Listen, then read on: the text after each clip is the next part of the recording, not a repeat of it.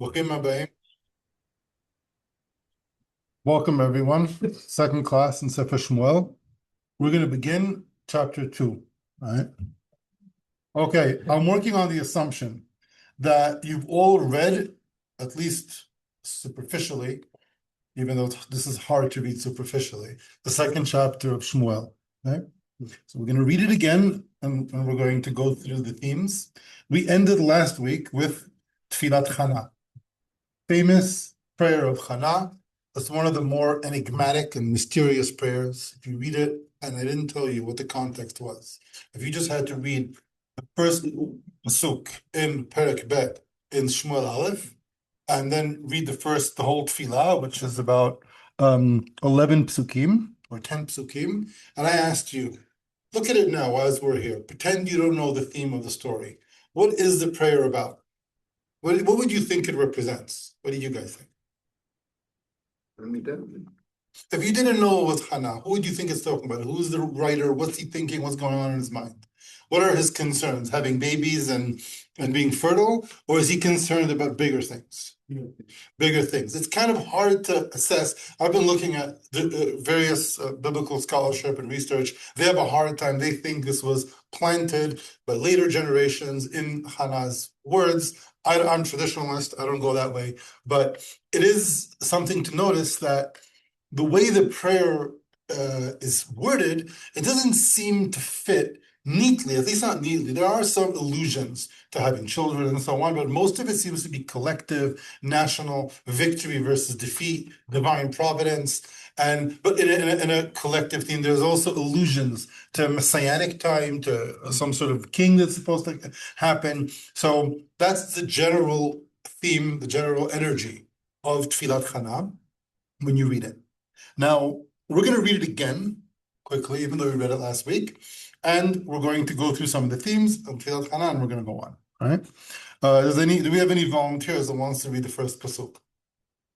Sure, which pasuk? Pasuk Aleph, chapter 2, hitpallel Chana.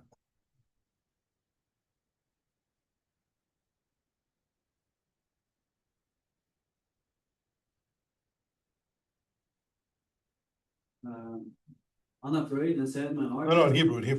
I need Hebrew reading. No, I don't know. You don't read Hebrew? All right, you. hitpallel Chana v'tomar. No, next one's behind him. hitpallel Chana, yeah. וילך חנה ותאמר, אל אץ ליבי באדוני, וגם לכהנים באדוני, ערכת פי על אויבי, ישמחתי בשבתך. Beautiful.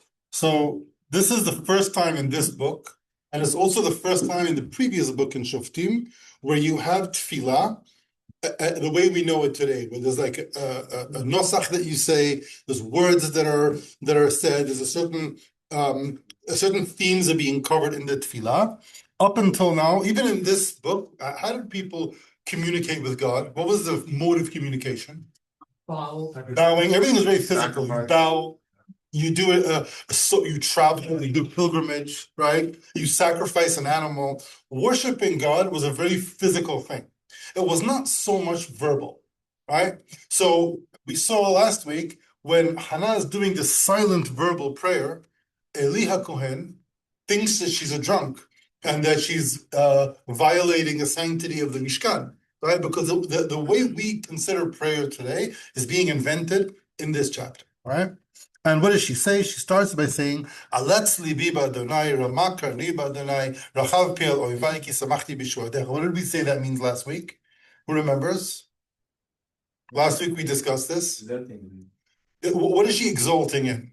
Her personal victory? Is she exalting in the general victory of the Jewish people? Isn't doing that great at this point in time. This is a very low point in the story of the Jewish nation, of the tribes of Israel. What is she, in fact, talking about? What is this rejoicing and excitement? What's she so excited about?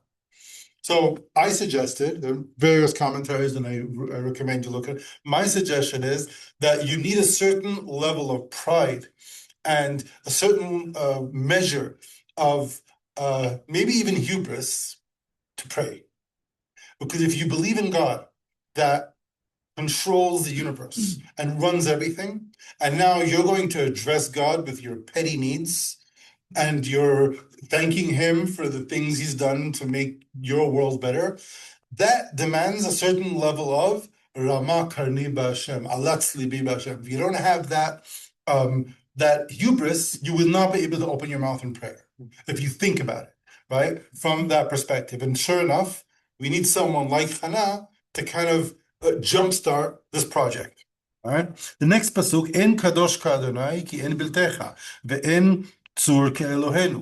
There is no one holy as God, no one other than God, and there is no tzur. Tzur means a rock, but when in biblical Hebrew, when tzur is mentioned, it's referring to God as someone who's reliable. Like a rock is reliable; it's always there. In the ancient world, if you traveled, you would look at a rock; it would be a signpost. You know where you are, right? So over here, she's alluding to the fact that even though God has all these things that we said, Kadosh, En Kadosh Kadonai, and there's no one like God, there's no one other than God, right? Nevertheless, we're still going to open our mouths in prayer. Al tarbu tedabru gvoha gvoha, yetze atak mepichem ki el deot Adonai velo nitkenu alilot. Right? So another important element to the prayer, she's addressing someone. Okay, this someone that she's addressing is very unclear. Do not speak gvoha gvoha. Do not speak haughtily. Don't speak high high. It has been translated in some of the English translations as haughtiness, as being someone who's arrogant. I don't think it's arrogance, because she is the arrogant one, really. She's saying, Alatz libi Rama Karni. The Bruk Gvoa Gvoa, they are speaking high, high. What does that mean? They are speaking about God from the previous pasuk as someone who's high, who's not worthy of praying to. That is the Gvoha Gvoha that she's saying. Yetze atak mi pichem. What you say is wrong. Now, attack is not false. It's not that it's just not true. Attack, it's something unjust. Well, it's unjust to expect us to live in a world where we cannot have a personal relationship with God. That is what. So she's justifying this project that's going on until today, which is Jewish prayer. Mm-hmm. In fact, not just Jews, all over the world, people have adopted this form of prayer. Before that, you only had physical rituals that you performed, and that was your way of communicating with God. To incorporate this relationship, it's completely new. Ki el deot Adonai velo nitkenu alilot. Right? Continuing the same theme, deot in Hebrew, in modern Hebrew, deot means opinions, ideas. But in biblical and rabbinic Hebrew, oftentimes deot means something else. What does hilchot deot mean when you live in Rambam? Deot. So the laws of opinions, what are they the laws of? Who's read hilchot deot of Rambam? Beliefs. Are they beliefs though? Hilchot deot, do they talk about beliefs? Talk about the knowledge of God. The midot. No, knowledge of God is in Yisodei Torah. Oh, it's the Torah. In Hilchot Deot, you have midot, how to behave, character traits. So, meaning God cares about who we are as people, about how we live. Right? That's the chidush be'er. That's the novel opinion that she's bringing forth. Now she's going to take it to the next level. She's pointing out to us, keshet giborim chitim, v'nichshalim azru chayil. So this is an ancient military term, which made sense then to anyone who read it. Keshet is a bow. So the bow of the powerful, meaning these are people who never miss, right? Marksmen, they always hit their spot. Archers who know what they're doing. Sometimes the great archer will not hit his target, right? V'nichshalim, and sometimes he who's considered weak, azru chayil, will be filled with strength. So she's pointing out that in the world we live in, there are times when the weak are strong and when the strong are surprisingly weak. So that's to tell you that not everything is as mechanistic as you think. Sve'im belechem niskaru, ure'evim achadelu. Those who are full, who are satiated, who are known to be satiated, in other words, wealthy, niskaru, they are hiring themselves out for work because they're now hungry. Okay, ure'evim, and those who are known to be hungry, as opposed to satiated, chadelu, they are taking vacation. It's the same theme as before. So again, the weak sometimes turn out to flip and become strong, and sometimes the strong are proven to be weak. Ad akara, Yaleda Shiva. She who is barren, who cannot have children, will have up to 7 children. Berabat Banim, and she who's has a lot of children, Umlala, will be made miserable. Unclear who exactly the person she's talking about, but the theme behind it is clear. Same theme as we saw earlier. All right. Adonai me'mit u'machayeh morid she'ol v'yal. God kills and revives, puts people into the earth and raises them up. So the divine providence is being discussed here. Adonai Moshe Mashpil, Af Meromem. God will make one wealthy, make one poor, will humiliate and honor. When you bring, again, the divine providence as to the place of man. Mekim afar dal me'ashpot yarim evyon, להושיב עם נדיבים בכיסא כבוד ינחילם, כי לאדוני מצוקי ארץ וישת עליהם תבל. Beautiful poetic wording, right? Mekim afar dal, mashpot yarim evyon, he will raise from dust the poor, and from the trash heap will bring up destitute. L'hoshib im nidivim, and put them with the nidiv means those who are generous, meaning the wealthy. Will give them a place of honor. V'kiseh kavod yenchilem, a chair of honor will be their territory, will be their inheritance. Kila Adonai mitzukei aretz, because God owns the high places of the earth, the mountains and the hills. V'yashet alehem tevel, and he spreads like the firmament, the world, the sky over these high places. Raglei chasidav yishmor, he protects the feet of those who are his hasidav, those who are pious. Now, it's also the wording here is so nice because you see this kind of wording in Tehillim as well. He's not saying that the pious will just have success, whatever they do, they're just going to have divine miracles. Their feet will be stronger. He's still trudging. He's still walking through the rocky terrain. I'm sure you guys had Tehillim in the Judean desert. You can fall and slip and sprain your ankle easily. You're still going on that trek, but God is protecting your feet so that you don't fall. You're not flying. You're still walking. You're still struggling, but he's giving you that little push so that you succeed. Right? The wicked will be as if they're in the darkness, so they'll trip and fall. Because not with strength will man succeed. Adonai yechatu merivav alav b'shamayim yarem Adonai. He will cut his enemies before him and thunder down from the heavens. Yadin apse aretz, will judge all members of the earth. Will give strength to his king and raise the honor of his anointed one. Now, this is an obvious allusion to the Messiah. So I can only assume that the way the story is being told, that this is a time, remember, we just finished the book of Judges. We, as in those of us who are reading Shmuel in the right order, the book of Judges is a time of anarchy and chaos, right? So people were kind of hoping for strong leadership. So she's ending her prayer by saying, yes, and we're going to merit a better form of leadership, better government, which is basically the story of Shmuel, and her child is also the one who's going to anoint the first 2 kings and set up, I guess, the administration and the institutions of the rule in Eretz Yisrael at this time. Right? So that's her famous prayer. Now, we've done that. We're going on to Pasuk Yod Aleph. Sami, you want to read Pasuk Yod Aleph? Amen. Yes, Ta'amim and loud. וילך עם כלה הרמה תחת בתובנה היה משרת את אדוני את פני עיני הכהן. Nice. So Elkanah, he goes back to his place in Har Ephraim. V'hanar, the nar, Shmuel, the child, he is misharet et Adonai et pnei Eli Kohen. He serves God.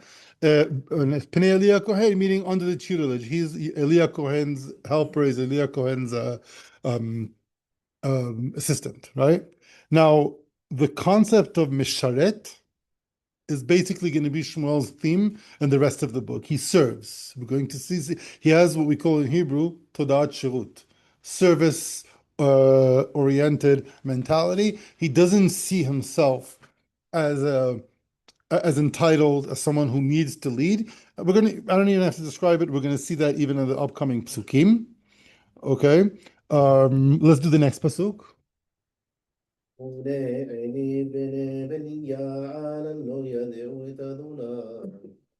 Now, where did you see the word? First, let's translate. The sons of Eli are sons of Belial. Remember Belial before? We discussed, what did we say it means? Belial, someone who can't, he's already destroyed, he's ruined, right? Or godless. It's a pejorative. Lo yadu et Adonai. They did not know God, even though they're sons of Eli. It's interesting that the last time Belial was used, what was the context? Do you remember what was the context of the last time the word was used? Who remembers? I'll give you a hint. Hannah is praying, right?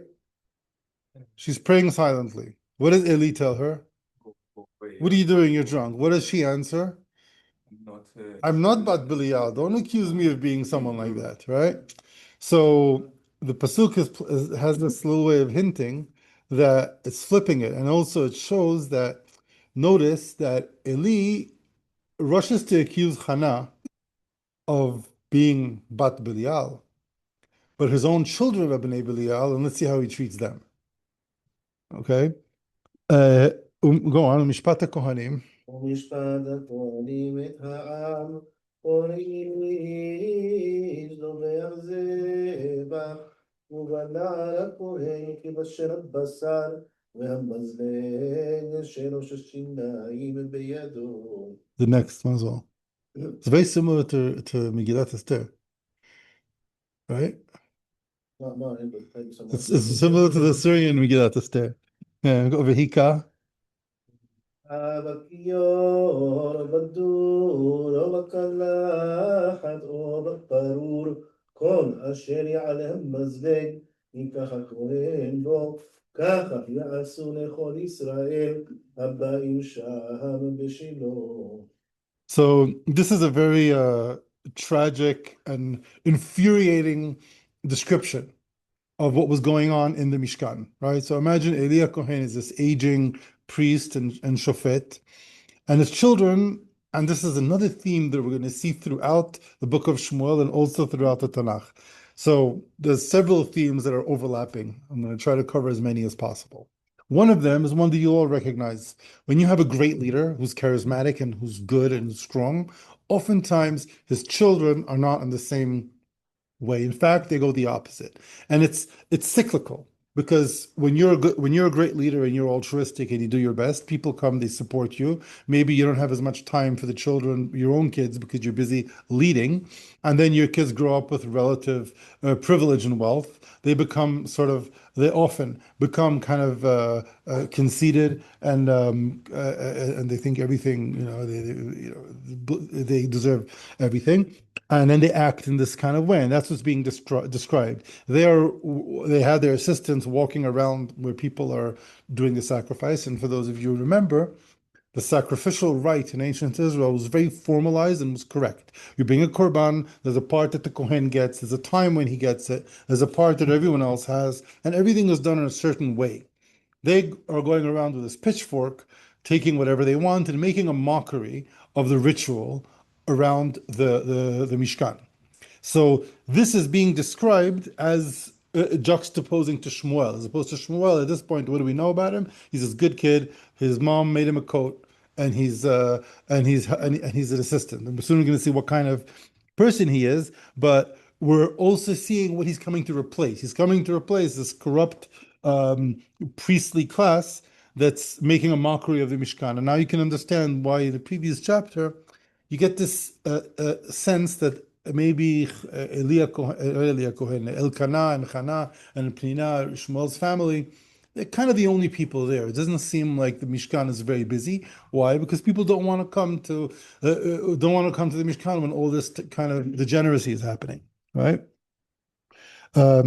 Did I describe the pasuk? Yeah, I have. Right? Let's go on. Gam.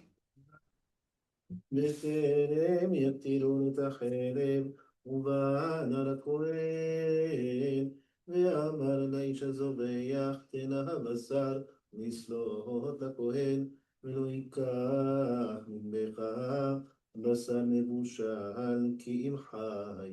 Next one.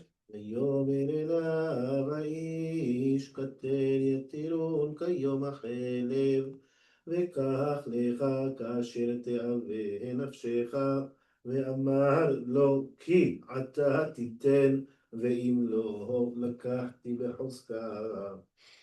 So the next psukim is a similar theme to before. I think this is a shlamim offering. There are different kinds of offerings, and in that and over there, the kohen only gets his portion after the fat is rendered on the mizbeach.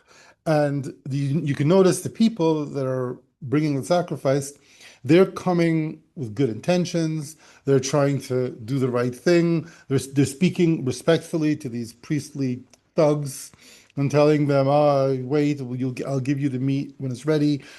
No rush. And he goes, I'm taking it anyway by force. So it's just another expression of the degeneracy and corruption that was happening there. And is the theme that is going to continue in the book of Shmuel, and it actually continues until today. You see this kind of thing today also, whenever you have powerful religious institutions that have multi-generational power, where people are guaranteed a position, there's always this petach chatat rovetz. There's always a yetzer hara to go to these places, right? But yomer elav ha'ish. By the way, you guys online, you hear the reading? Yeah? Guys, you hear the reading? Yes. All right, go on. Yes, sir. Yeah, we are. ותחתה לערים גדולה מאוד מפני אדוני, כי ניאסו האנשים את ממחד אדוני.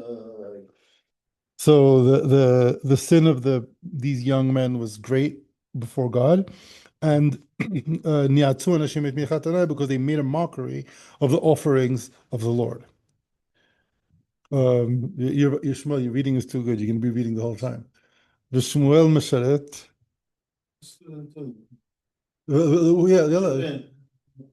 You want to read next one? You read the next one. What verse are we right now? I'm sorry, we're in verse 18, Yod Chet. Today.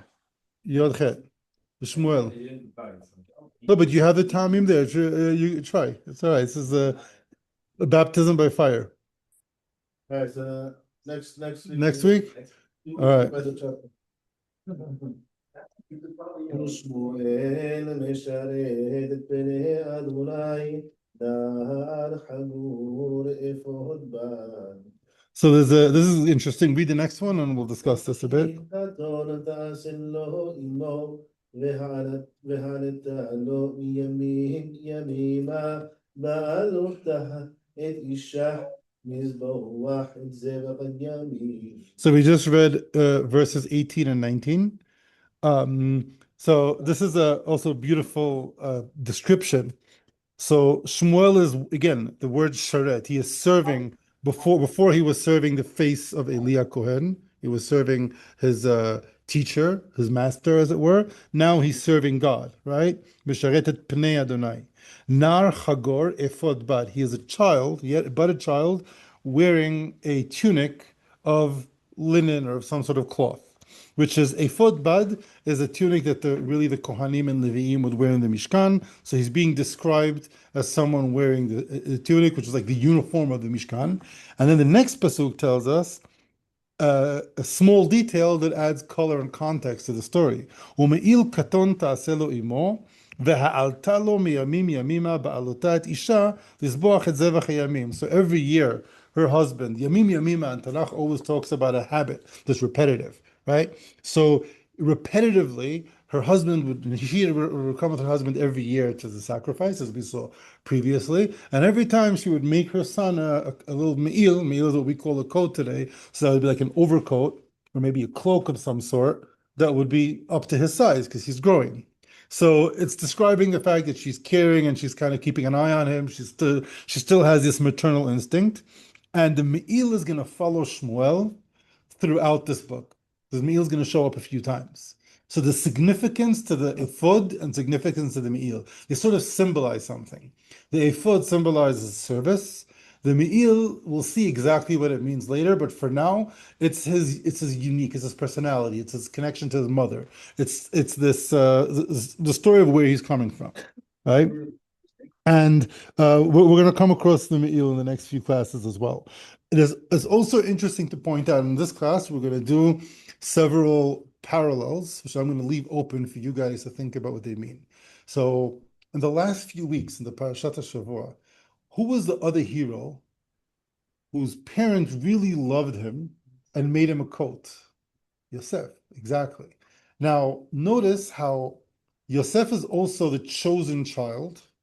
He's also a child that was waited for. His mother didn't have children before that, right? And she was praying for a child, and it was sort of miraculous. She was crying to have a child, right? She ends up having the child. Yosef is named Yosef. He's named Shmuel. Now, both parents, in this case, the mother, over there, the father, make the child a special coat.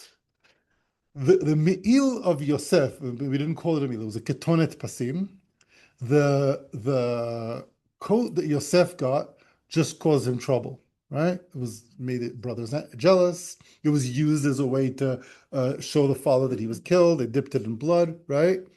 The Me'il of Shmuel is going to have a different path. We're going to see what the Me'il does. I mean, the Me'il that we see now that's growing every year as he's growing up is going to have a place in the story of Shmuel, and those parallels are significant, and we're going to open up those parallels more as we come along. But the reason I'm bringing it up now is I want you guys to train in looking for these things. So if you see, let's say we saw the word Belial, right?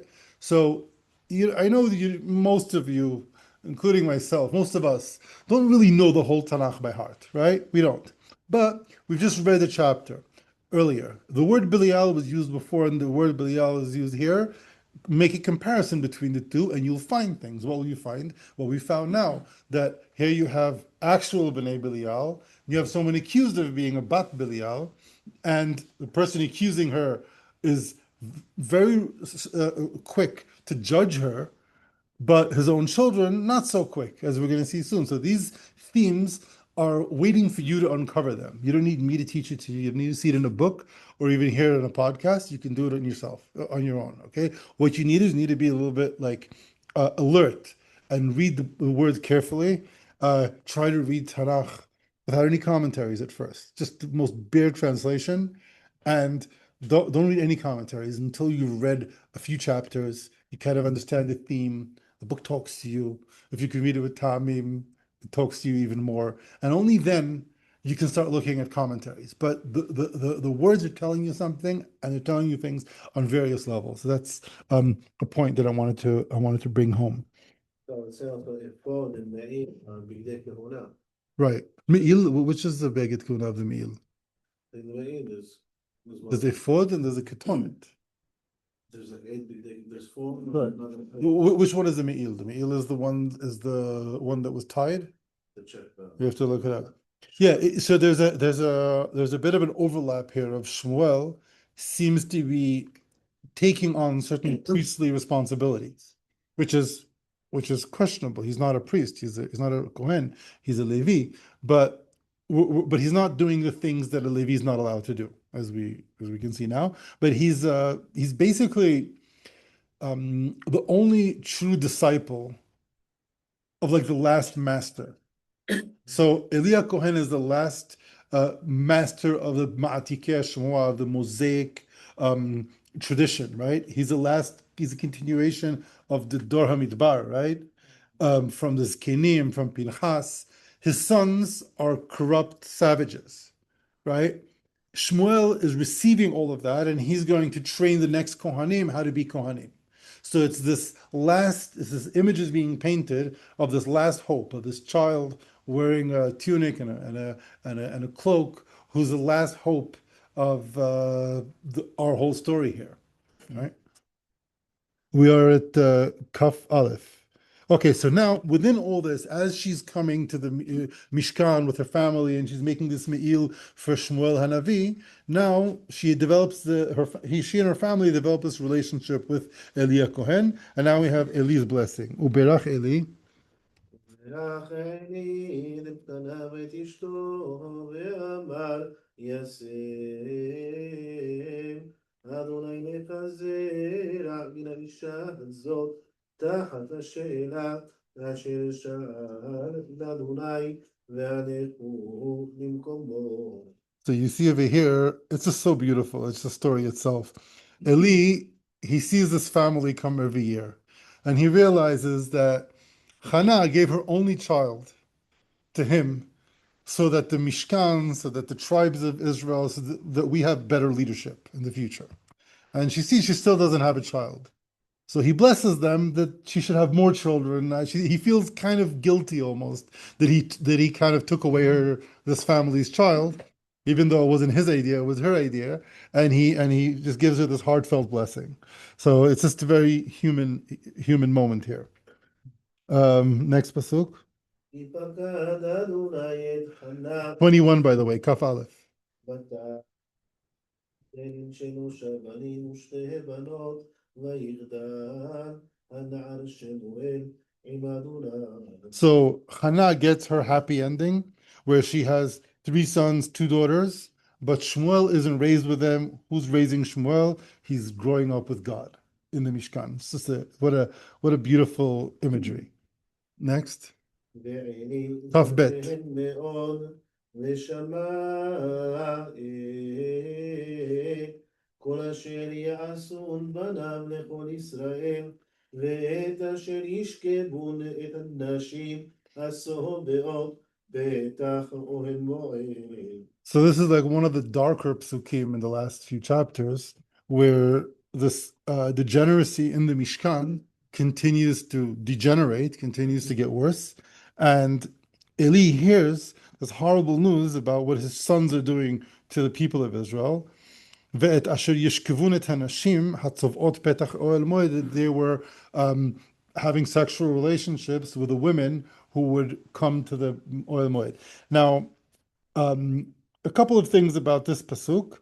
It's that I'm guessing, and I don't know this to be a fact, with my reading here, if you notice from the beginning, the only people in the Mishkan are Eli's kind of all alone, and he sees Hannah praying, and like he has all the time in the world to talk to her because there's no one really there. You wouldn't think at a festival time the Kohen Gadol would have time to like speak to someone. It seems as no one is there, but now more people are coming. Why are more people coming?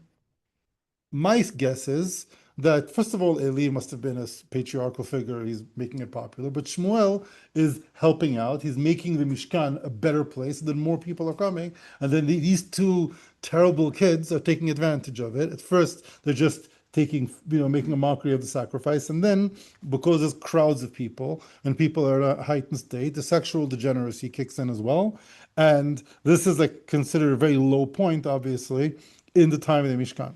I want to point something out here, that 2 things. First of all, in religious leadership in general, whenever religion is abused, okay, not even the Torah, not kept in its proper form, and becomes a source of corruption, it always degenerates into exploitation. Exploitation is financial and sexual. We are not free from this kind of dangers. Okay, it happens when there's other interests involved, financial interests, when there are people involved aren't following the true path. Okay, I want to point out an interesting midrash I've seen, and it's just regarding this pasuk. So the midrash says the following thing: midrash on Shmuel. I'm paraphrasing. It says, "Nah, we're not going to accuse the sons of Eli of committing adultery around the Mishkan." So they kind of seem to be that's not what they did. What did they do? The Midrash argues that they postponed the sacrifices of the women, because women, after giving birth, you have to bring a korban. They sacrificed it, I mean, they didn't sacrifice it on time. They were lax of the sacrifices. They were busy. They were focusing on the sacrifices that have a lot of meat, the lamb and the goats and the cattle. They weren't dealing with the birds because women, when they give birth, they have to bring two birds. Why is that the case? Because she just gave birth. She's going to leave her family and go to the Mishkan and bring a sacrifice. You're not going to make her carry cattle and goats and sheep, plus it's expensive. They have two doves. Two doves they would bring as a sacrifice. So this is an ancient midrash that says that's what they did, and that caused women to like come home late to their families, get into arguments. Why it took them so long to come back? Husbands with the kids are fighting. You get into a fight, get into an argument, and that's considered as bad as adultery. Now, I was reading it. I was thinking, I don't know, guys. Like pasuk tells you adultery, right? What's this midrash trying to lessen the sin of these guys? Sometimes the midrash does that. It will like sometimes it'll just give you this fan fiction, so to speak, that would lower the sin that the pasuk is explicitly telling you. What is that about? So I wanted to tell you what I'm thinking, and I'm sharing it with you. Again, these are tools that you can use in your own research. Imagine that you live in the Second Temple period, okay? And there's Kohanim, and there's a Beit HaMikdash, and there's times of corruption, there's times where there's less corruption, and so on. There's an interest, this is just a guess that I'm making, there's certain like interests that are at play. And one of them would be, and you could see over here as well, these guys, they stealing food, they're very, what's the word for it? Very hungry, very rapacious, right? Aggressive. And what the pasuk tells you that they committed sexual immorality, they did that. But there's another thing that you might see even when there's no sexual immorality in the Beit HaMikdash, which is what do they prioritize? So probably Kohanim that will get like sheep and goats and cattle, so they get a lot of meat. There's a lot, they get the skins which they can sell. There's a profit for them as well. Now, women, you have all these women who gave birth are coming with their doves. So, what are you going to do with like a little bit of dove meat? It has no value to you. So, there's an interest to not take care of it. And I'm assuming that this is something that the rabbis in the Second Temple period were aware of. And they were trying to correct one of those things. They're looking at all these Kohanim and they're saying, guys, listen, I know that it's only birds and I know that it's not so profitable, but they want to tell them that's how midrash works. That's how drasha works. You take a pasuk and you deal with contemporary issues using the pasuk, even if it's a bit of artistic imagery. Okay, so obviously that's not exactly what these guys are doing, but it's in line with what they're doing, right? They're eating meat not according to the right way it's done. It goes against this theme of Shmuel of being a misharet. He's bringing this concept of shirut, of service, of a religious service, as opposed to religious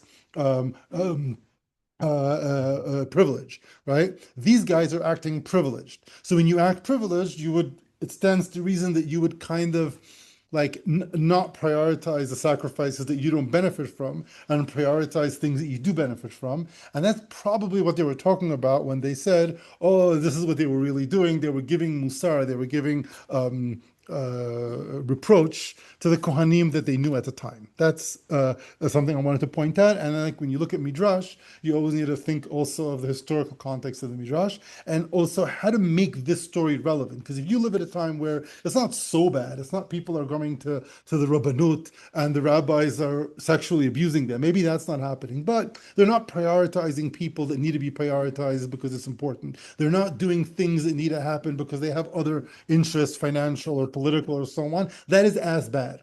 Why? Because it's. I've never heard of anything like that, but were that to be the case, right? So you see how Chachamim, they use the Torah as this. It's not just a story of the past that it's like good literature, and this is like really good literature. But it's not just that. They keep using it as this wellspring of moral and spiritual guidance that's eternally relevant. And the tools of drasha, of midrash, are one of those tools. And sometimes they can seem to us a little bit anachronistic, where we don't understand what the midrash is saying. But if you think about it and you research a little bit, you give it some meditation, you can really figure out what it was about in many cases. So it was just one midrash I wanted to point out. Any questions so far? Any comments? What pasuk are we up at? Okay, so yeah, we just did this terrible description of the sexual immorality that Again, this is a theme that happens all over the world, everywhere, whenever religious institutions kind of fall out of line and become too corrupt. Pasuk Kav Gimel. Now look how in this pasuk, how he reproaches his own children, as opposed to how he reproached Hannah. ויאמר להם למה תעשום כדברים האלה אשר אנוכי שומע את דבריכם הרעים מאת כל העם אלה על בניתי לא טובה שמועה אשר אנוכי שומע מעבירים עם אדוני. More and more. אם יחטא איש מאיש מופינה לו אלוהים, ואם לאדוני יחטא איש מתפלל לו, ולא ישמעו לכל אביהם, יחפש אדוני להמיתם. There's so much in these three psukim, from pasuk Kav Daled, actually from pasuk Kav Gimel till pasuk Kav Vav. Right? These three psukim, it gives us so much information about what happened then and what's happening until today.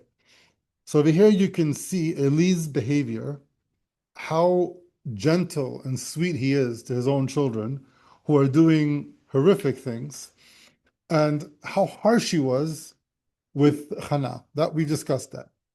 But what we haven't seen is you see something about Eli's set of priorities. Okay, being the Kohen Gadol and being the teacher, the master of Mosaic tradition, he takes the tradition very seriously. He takes the rituals very seriously, and he says, "Guys, please don't do this. This is terrible what you're doing, right?"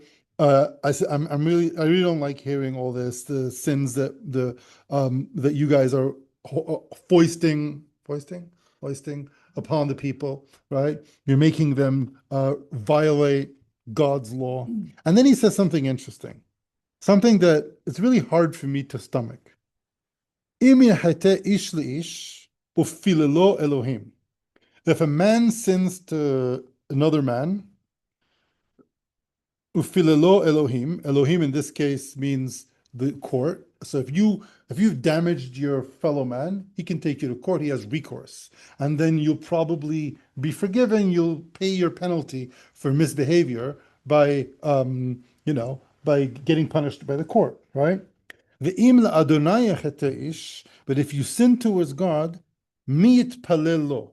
First of all, the word mitpallel already it's another similarity to another important word that we saw earlier. But we're setting that parallel aside. Mitpallel over here, he means from the like who's going to judge you, right? In other words, you're standing before God in judgment. V'lo yishma'u l'kol aviyam. So he's telling them, he's saying, it's almost as if he's saying that sinning towards God is worse than sinning towards man. Right? He's prioritizing the violating the ritual to violating people's rights or people's property. Yes. It seems to be in disagreement, like direct disagreement with Mishnah in Yoma, in the last paragraph of Yoma. Correct. It's good on you that you noticed that, where it says that for Yom Kippur, right, you're not forgiven by until you've asked people for forgiveness, as opposed to exactly. It's exactly the point. So if you see that over here, at this point in time, Eli, he's very strong. He's very on top of the ritualistic aspect, but when it comes to what we call ben adam l'chavero, the moral, the ethical, the social, he considers that less of a problem than the ritual. That's what we see from the way he talks to his children, and that is going to explain why later he gets punished as well. You don't get punished if your children misbehave if you didn't cause it. But over here, you see there's something in his value system that's the pasuk is bringing to the forefront, and if you look at the next pasuk, the juxtaposition between these two things. There's a lot of things going on at the same time. We're going to have to address them all, but let's just do the next pasuk to bring this point home.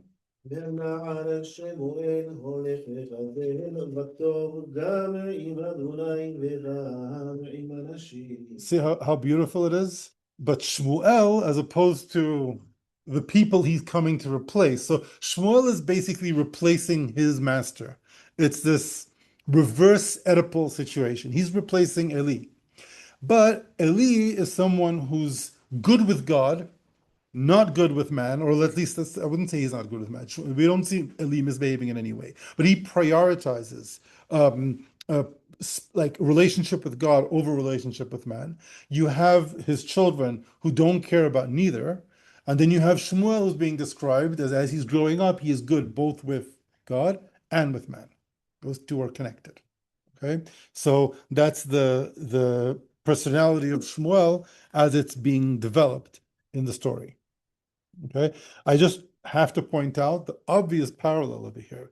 The word, it can't be just a mistake. Hitpallel lo. He's not talking about prayer. He's talking about being found guilty in court, which is a play on words, but we just had tfilat chana.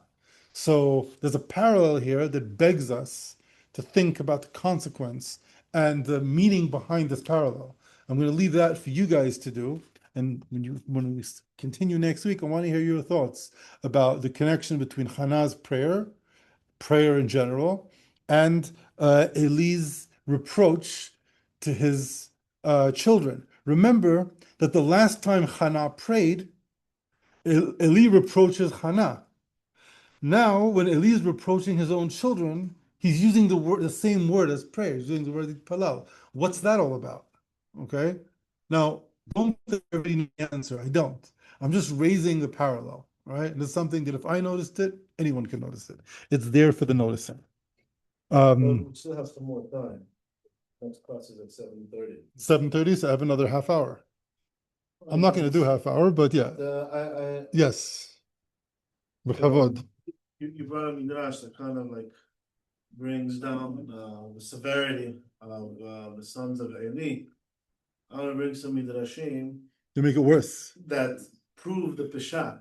By the way, my argument is that the Midrash is not against the Pshat. The Midrash accepts the Pshat, but it's just trying to reproach Kohanim of their time for things they were doing, which they probably said, look, we're not as bad as people of Eli. We're not committing adultery around the Mishkan. No, you are. Why? Because you're not doing the korbanot in the right order. But yes, well, the Midrash you saw. Same way that we learn the halachot of tefillah from Hannah, there's some other halachot that we also learn, right? Sotah. From Hannah? Yeah, this is gezerah anashim, and that's how they learn from Shmuel, right? Moshe ve'Aaron b'choanav, Shmuel b'koreh shemo, right? Shmuel is considered like Moshe and Aharon. Yeah. Why? We'll get into why after, but one of the things that they learned in the Talmud from that is because Zera Anashim, he's the seed of people, and not just any people, it's Moshe and Aaron. And we said that's Shemuel. So what's the halacha in Sotah though?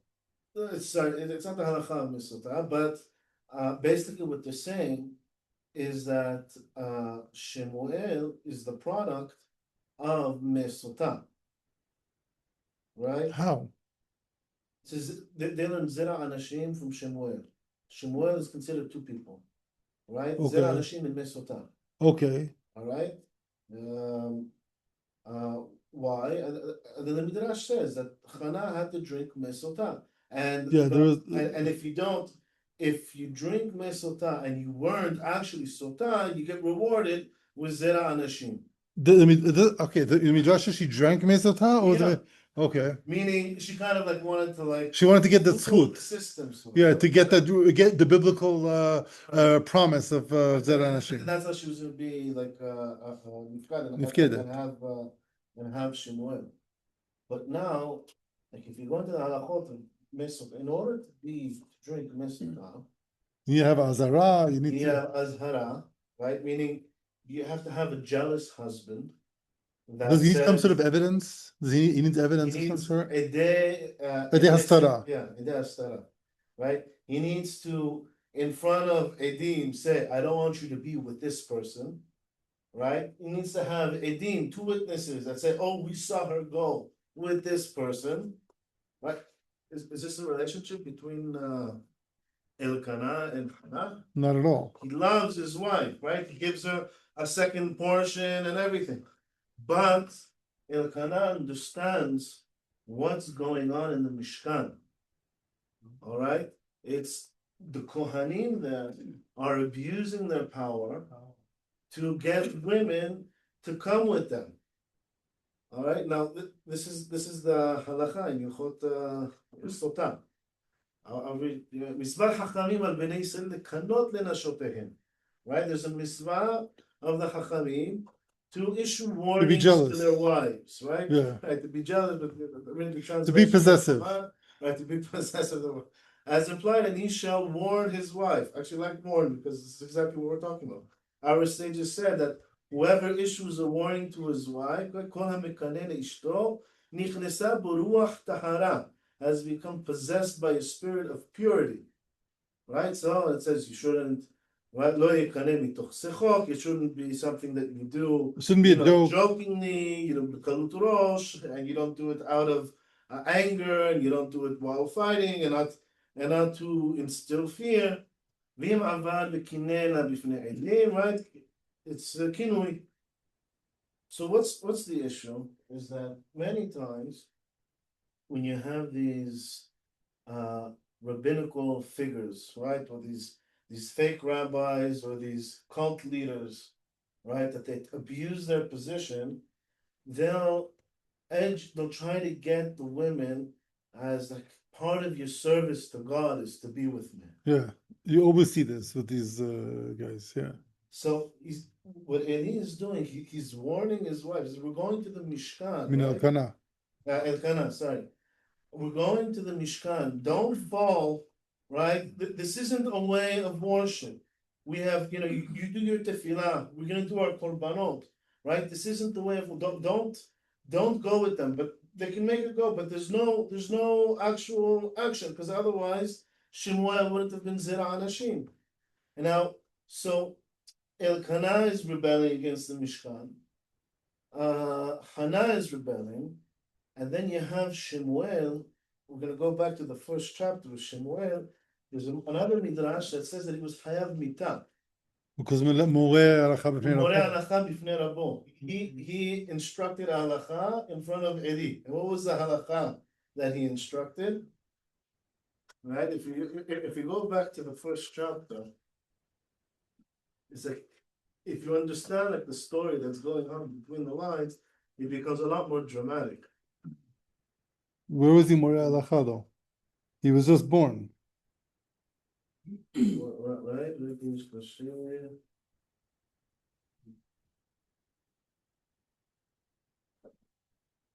All right, so they come, all right, says vayishchatu et apar, right? They come up to Eli, and they come up to Shiloh. It says, and they slaughter the cow. Vayaviu et hana'ar el Eli, and they bring Shmuel to Eli. All right. Vatomer bi Adoni, Henafshecha Adoni. He says it sounds like Hannah is now like praying for the life of her son, and that's how the Midrash brings it. It says Vayishchatu et apar. Why?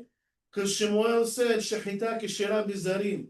He says I don't want to wait for the sons of Eli to come with all their corruption and stick the fork in and take the korban. Shechita keshera bizar. Yeah. Shechita keshera bizarim. He says you don't need a kohen to slaughter the korban. Let's do it now. Let's not wait for the kohanim. But this was Moreh halacha b'fnei rabo. It's considered like a rebellion. Yeah. So they brought him to Eli. Eli wanted to execute him. Al pi din, he was supposed to be executed. And what does Hannah say? This is the boy I wanted. Someone who's going to shake up the Mishkan. So it's promoting this theme of not respecting authority when it comes to like rooting out corruption. When authorities, that's what the Midrash is telling you. Is leadership proper? or are they corrupt? If they're corrupt, Then you don't accept rank. right. Rank doesn't you don't allow rank to outrank your call for justice.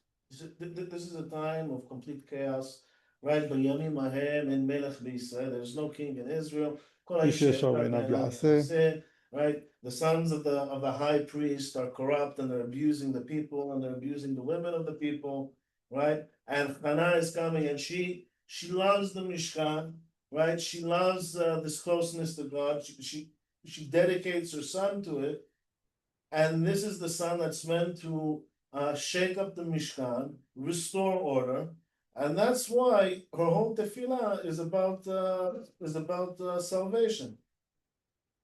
That's very strong, very very powerful. Like these midrashim are amazing. They have so much. They really kind of make the lessons and the themes in the Navi so much more current. Yeah. Any questions, guys? Comments? We good?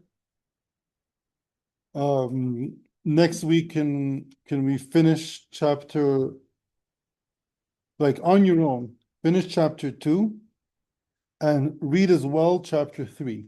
Finish 2 and 3, know the approximate, who's the answer, what the words mean, and we'll go a little deeper into it as we did this week.